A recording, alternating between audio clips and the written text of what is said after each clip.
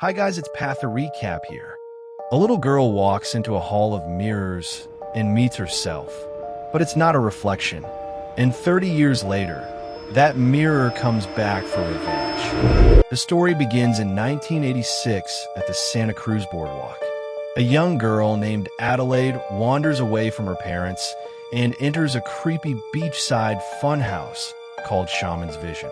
Inside the maze of mirrors, she sees something impossible. A girl who looks exactly like her, but she isn't copying her movements. She's standing still, watching. Adelaide returns to her parents, shaken and silent. She stops talking. Doctors say it's trauma. Eventually, she grows up, finds her voice again, and builds a normal life. But she never forgets that face. Years later, Adelaide returns to that same beach with her husband Gabe and their children, Zora and Jason.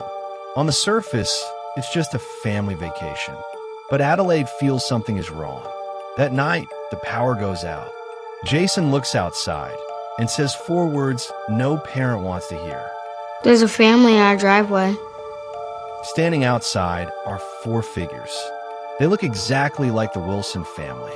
When Gabe confronts them, they don't respond. Then suddenly, they sprint.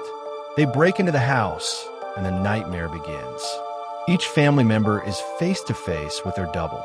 They wear red jumpsuits. They move violently, and they don't speak, except for one. Adelaide's double, called Red, is the only one who talks. Her voice sounds strained, like it hurts to use it. She explains that they are the Tethered. For every person living above ground, there's a shadow version living below, forced to mimic their lives in misery. When you ate warm food, they ate raw rabbit.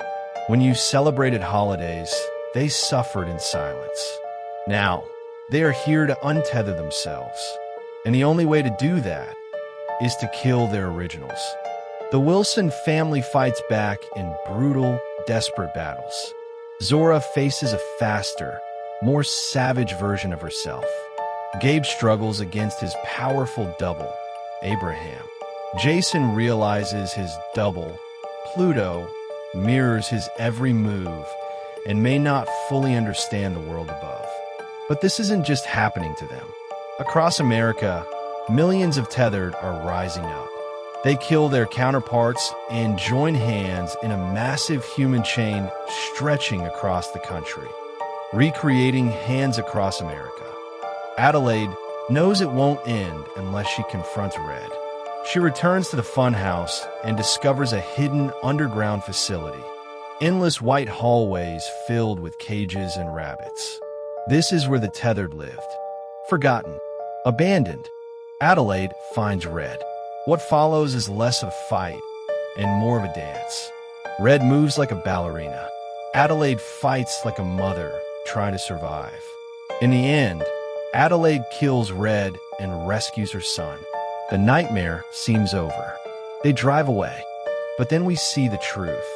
In 1986, when Adelaide met her double in the funhouse, the Shadow Girl attacked her, choked her, dragged her underground. The Shadow Girl escaped and took her place. The Adelaide we've followed this entire time was the Tethered all along. And Red, the so-called villain, was the real girl.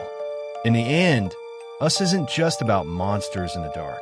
It's about the parts of ourselves we bury and what happens when they finally rise.